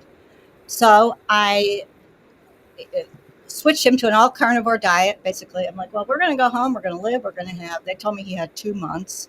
I made him steak. I made him beef stew, organs, hearts, um, all kinds of basically meat. I gave him those mushrooms. I don't know. So I was buying the turkey tail mushrooms. I did research to get like the best ones, and they came all ground up. And anyway, he lived 2.5 years.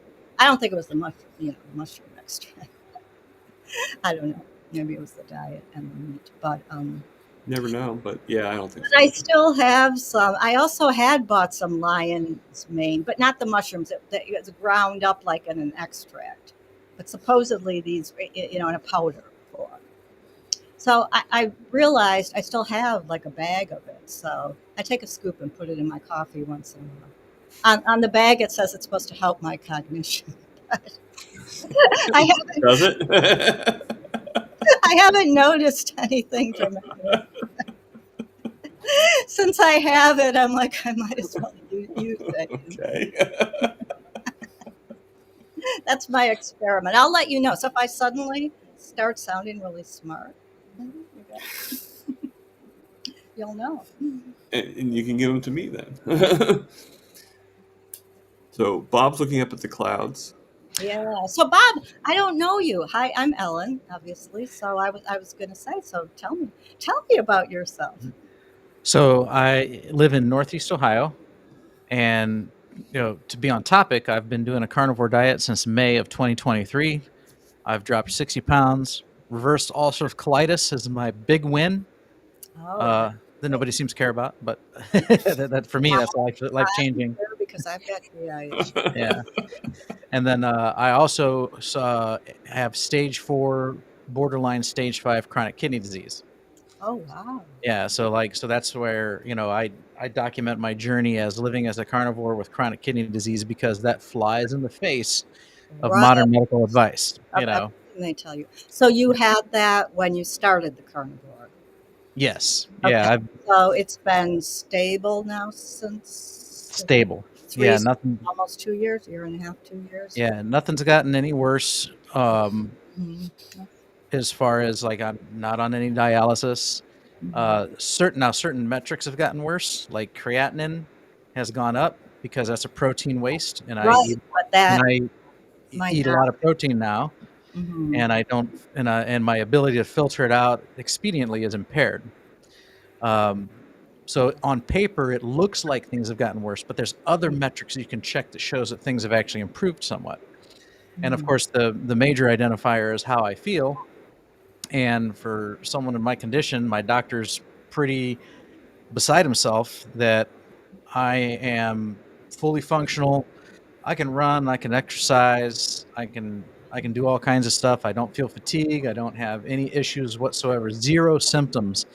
And usually people start experiencing symptoms long Yeah. before they reach my state. And before I started my diet, I was probably experiencing symptoms, and Mhm. all those are reversed. So That's wonderful. I am I am basically using myself as a guinea pig to prove to the world that yeah, the protein's not bad for you. Don't worry about it.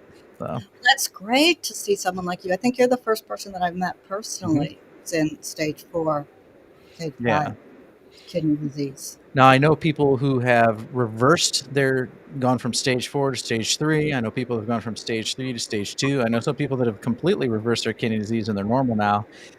Mm. Nothing has happened to me to write a book about, so I've just remained stable. And but that's also because the what I don't know what caused my kidneys to be in this condition, but I have some Okay. theories. Okay. So you're not, are you diabetic? No, No. Okay. no. So And one of my how long were you at stage 4? I'm sorry, I'm asking some of the questions. Just, That's okay. I've been in stage oh, 4 since at least 2019. That's when I learned about it. okay. So, I never had any blood draws prior to that. And when I finally listened to my doctor and got my blood drawn, got a complete metabolic panel, then he was like, "Oh my gosh, you need to see a nephrologist. Your kidneys are in horrible shape." mm, So I think it was for for 10 to 12 years I was taking a medication for ulcerative colitis called mesalamine under the brand name Dipensum. And if you look that up on PubMed, you can find studies that say that someone taking this drug should have their blood work checked regularly, because mesalamine is known to cause irreversible kidney damage. So okay. I think that's what caused it. It could be a combination of factors, but I think that's the major culprit. It'd be kind of like taking high dose NSAIDs every day for years and years and years and years. NSAIDs are bad for your kidneys, and that'll cause permanent scarring, permanent damage. Yeah. So Well, it sounds like that's kind of an yeah, obvious culprit there. But well, there's nothing wrong with hoping. They can always be wrong. Well, they can always be wrong about I mean, the community about a lot of things. So maybe they're wrong about it being irreversible. In that case. right. You never And know. then so those studies only last for so long, so that'll be the difference. Is like, maybe I'm not seeing any rapid recovery like some others individuals do, but hey, if I do this for 5, 10 years, maybe if as long as I see, as long as it doesn't get any worse, I'm happy. because I'm not on dialysis and I feel great. Oh, But even if over 10 years I see micro improvements that gradually add up over time, that'll be great. What happened to my signal here? Can you hear me still? yes. We Oh, can hear you. I can hear you. Just can't see you. Huh. Okay. All right. Well, that is. I have no idea why. Let's see, did my camera die?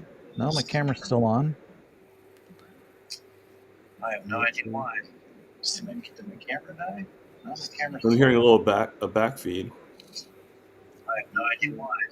Let's see, did my camera die? No, my camera's I'm hearing a back feed. I don't know where that's coming from though.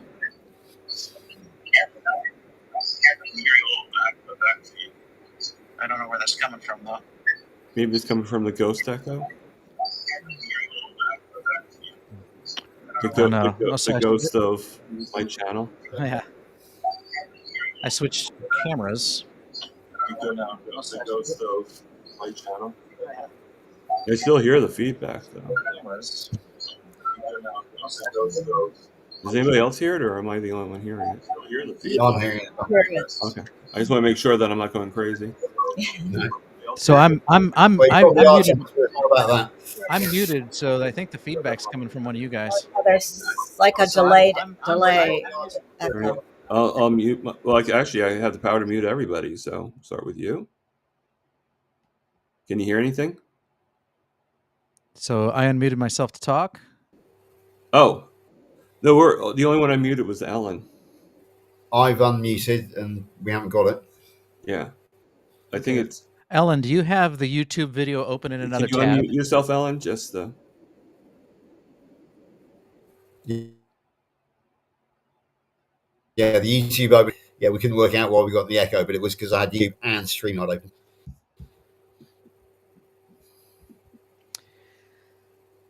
All right. Well, while we play with this, I'm going to try and see if I can switch cameras. I'll tell you what, while we're doing that, I just need to answer one question from Lambs, who's just appeared. He And asked also we about need to, that one thing. Yeah. yeah, about the oxalates. Okay, so I've done my usual knee-jerk reaction of research analyst. No And problem. the answer on AI overview is no, not all mushrooms are high in oxalates.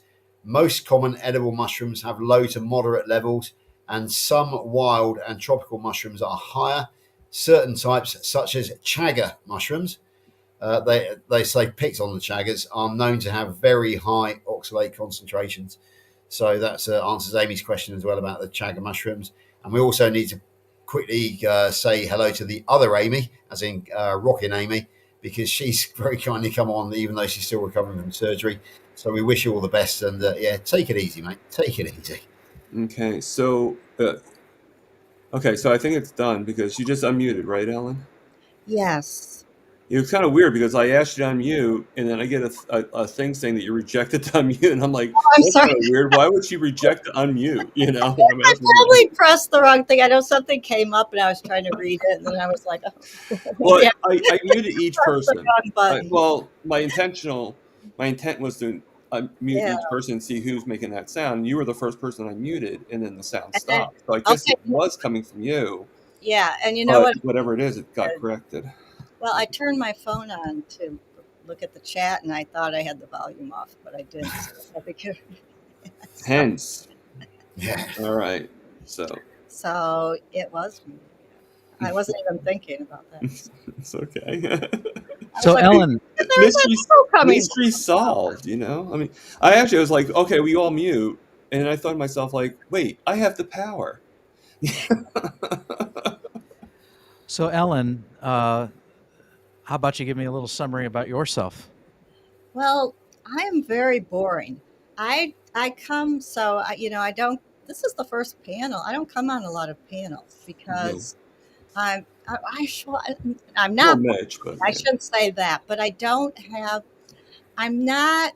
Well, first of all, I guess I would not classify myself, depending on whose definition you use, as a carnivore, like you guys. And I don't have an exciting. I don't have an exciting story of cure or that kind of thing. So hence why I kind of lay low, but I support. I know so many people who have, so I certainly support the whole carnivore thing. I did though. I first started. I guess I of course watched the big carnivore doctors, and I was interested in the diet because I have a lot of GI issues. Long and boring. No particular diagnosis, but I was sick for a really, really, really long time. And of course, nobody just, um, but not no ulcerative colitis, no big diagnosis, but just just really sick. And I had lost, a lot of weight. I was tired. Then I had my gallbladder removed, and then I had a bunch of complications from that. Thank you, Lance. From that, I don't like talking about health. I'm not good about talking about health, especially GI stuff. Anyway, but and I was still, so I started life as a physical therapist. So I started, so I came from the standard medical world, and then, like we were talking a little bit, George, I went off into science. I went and was always interested in science. I wanted to, I had some nephews who had a mitochondrial disease. I became very interested in mitochondria. So I became a mitochondriac. I went to graduate school for science to get a master's, and then I kind of went Wait, on. I got to interrupt for 1 second. I'm Mhm. sorry. So Oh, that's you started life as life, a physical therapist. So you physical came out therapy. of the wound, Oh, and then you became a physical I therapist. started my, I guess I started, I'm I just joking. started my life. Yeah, Sorry, my humor. Yeah, she was very precocious, shall we say? yeah. She's I, an ambitious little baby. I started my working life. I guess I was. My point is that I had a lot of education slash indoctrination in the mainstream Right. medical world. I worked in that world. And I didn't. I started. I saw. That there were some things that weren't quite right, but I was not fully enlightened. But although I did get more and more so as things went on. So then I was working in basically academic science. I was working at a university. My goal was doing a research associate was my title. So I kind of moved away from the clinical world. Anyway, so and I was very healthy. I was lucky. I, I ate, I don't know what, I guess. I didn't eat, I was never a vegan or vegetarian. I didn't eat, I probably didn't eat as much processed food as most people do, the standard people, but I don't know, I just ate, what people would say, I guess, a standard diet. Some food. But I never gained weight though. I was, again, lucky. So I was at a stable, pretty much my entire adult life. I weighed by about 105 pounds. So I'm 5'5". So I was considered kind of thick and on the thin side. So that's just genetics, I guess, or I don't know. So anyway, but I started, so I was very healthy. Now, um, I'm trying not to be.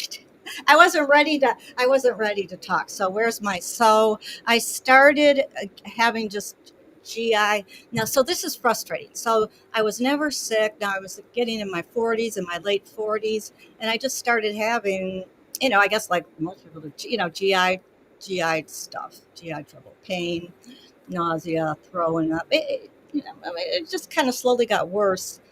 But of course, looking back, this was not nearly as bad as it got. Of course, and nobody, and I can't even believe for someone who was like so book smart, I was so stupid. Sometimes I look back at how stupid we can be. Like, it never even. I think, and part of it though is I think when we're young and healthy, like me, and and I even had, even knowing what I did, because I was working in a department of exercise physiology under the branch of the health sciences department at Marquette University. That Wow. was my job. But still, it didn't dawn on me that, maybe the fact that I ate, like crap, that sometimes I came home and I just had a thing of ice cream for dinner and all of that, that maybe wasn't good for me, but I looked okay. So it was Right. okay. I realized that, especially, I just really use that as a metric. Well, I'm not fat, so I guess it doesn't matter. I feel good and I look good. So, I no doubt, I think, was doing a lot of things. I had was under a lot of stress from various personal things, and then I went back and was working on a PhD. So I was in it, and none of that dawned on me that that could be affecting, my Right. my GI system, Hmm. which it obviously was. And of course, I don't know, maybe like some of us, like maybe like you, Robert, I was just, with your medication, had I been able to go back, 10, 15 years, I would have done things very, very differently. Yeah, I, Well, But I Wouldn't we know all? that feeling. combination of that, whatever, I don't know what, blinders or that, and I guess just, even though I was not young, but I guess still at 40, I still had that naivete of youth where it's like, I'm invincible. That those things happen to other people, not me, so, look at me. And also then the trust. So I didn't really, so I went to the doctor when this stuff kept happening, and she said, well, yeah, we'll do an ultrasound. You've got polyps in your gallbladder, they said. So let's just take your gallbladder out. That's just, and, it's just easy. You don't need that gallbladder. And, and again, I thought, well, I don't know if I want a surgery. That's a little extreme. So I did wait a while, like almost a year, but the things kept going, Right. plugging along. But never, never, nobody ever said, or it never dawned on me to, maybe, Yeah. change my diet, So, do some other um, lifestyle things that weren't good. So Hmm. anyway, yeah, yeah. So I don't mean to interrupt you, yeah, Ellen. I no, really don't. if you're But up, unfortunately, the streaming yard we only have about like 5-10 minutes to go okay. before the So thing. okay, now I'll just finish real. Okay, yeah, thank you. That's great. See, that is important. Uh, So anyway, you're, how yeah, I got if we had more time, I mean, one of the things I do plan on doing, I said I was going to take a nothing. hiatus. Yeah, there's nothing more too much to say. At that, I finally, decided maybe I should start looking into diet, which of course, um, I started doing like even like the vegan thing. I made that for 2 months. That didn't work. Anyway, that's how I got to carnivore, in hoping that it would, because of course I did all these other kind of medical stuff. And when everything went downhill with my GI tract. So unfortunately for me, though, the carnivore it hasn't been like the miracle cure so that has been a little disappointing. So I don't say that I'm not carnivore, because I still do eat a lot more that way, but I'm working on just tweaking things for me, for my digestive, for my GI system. So I'm still a work in progress. That's why I guess I don't come on and tell my story a lot, because I don't really know, I don't It's Hmm. understandable. really Yeah, know where. can I And just jump into a bit of feedback here? It's just a second, and that's you're saying, Alan, that you haven't really got much of a story or whatever, but there is a kind of a movement away from the traditional. I'm a carnivore because, and also talking about lecture, we're going much more down the general chat show now. For example, tonight we had a great, what do you call it, a great run around with mushrooms. Um, yeah, I yeah. Hmm. I think us experienced carnivores we're becoming more interested in each other as human beings versus just being fellow carnivores. We Yes. still have the opportunity for people who join us, newbies if you like, who join us in the chat to ask the questions. We got the expertise, but I think we want to learn more about us as humans. So that's just my take on it. It's more I'm in favour of this kind of the round table, the chat show, and having a good chat. Right. So Which that's my. is the actually bring me right to the point I'm making. So I'm going to take a hiatus, and then when I get back, my plans are this: instead of doing two lives where I do interviews, I'm only going to do one a week where I do an interview with somebody. But then the other live is going to be just like this. It's going to be a round table where people can come on, just like you do, Bob, just like Hmm. Russ does, and it's just going to be, we'll try to fit a topic. I'm not as good as you are in finding a topic. I mean, today I did the last minute cholesterol topic, but that was just Great today, I thank thought. you. I appreciate that, and hopefully next one will be just as good. But I'll do the two lives up Okay. until January 1st. Jen Man will be my last interview for a while, for about a month, and then I will begin again with Rick, and then you will be next, Robert, and and we'll keep on going there. Hopefully, I'll get more interviews, but it'll be just one a week, and then that will be it. Because I think I agree with George with the concept of the round table. I think just having these conversations is a good thing, and as long as everybody's respectful for each other and everything like that, that's what. Well, Yeah, I mean, tonight this is just taking on a life of its own. It started off really well with the cholesterol, but it's taken on a life of its own, and Right. people are having fun. Hello, Right. Joe Arch, by the And way. it was just basically to get. I mean, it's kind of funny how like we started off with cholesterol, but then it's it streams into mushrooms, Yeah, and whatever, and So then two carnivores who never met each other before mhm. having a chat and meeting each other. So yeah, it's been yeah, great. yeah. I mean, I've met all three of you, so I mean, that's not really. Oh yeah, but you met everybody, Thomas. And Rick, finally you get on here. So, so according to Bart K, I guess he says, I guess, what if you eat 70% animal products, then you're still carnivore. So I think for most, by all practical purposes, I think I still qualify to be in the club. You So, are. but I've met so many people, but like Yeah. like you said, George, I love this. For me, it's not about a label. I don't need to be a this, be a that. For me, I just want to feel good, and get myself Yeah, healthy. Right. Yeah, I So hate we have labels. 5 We- minutes now. We just got Yeah. the countdown. here in the UK community, we've got a fabulous bloke called Topless Tim because he likes to take his shirt off in the sun. He's not carnivore, but he just loves hanging out. He loves meat. Yeah. He loves hanging out with carnivores. Well, So he's part of the community. But even then, he'll come Right. and eat Right. our meat. But like for example, he came to the mini meetup with us in Wales, and he sat there and ate his French fries and everything else because I'm not carnivore. I love meat and I love you guys. So fair Yeah. enough. We all love you too, George. All right. So that being said, okay, well, it's great meeting you, Robert, and getting to know you a little more, George, and so Thomas, we'll end the show. Just hold on a second. having me. Live, love, heal. And I think you all three can answer my next one. For God's sakes, people, eat the Eat the meat. meat. Eat the meat.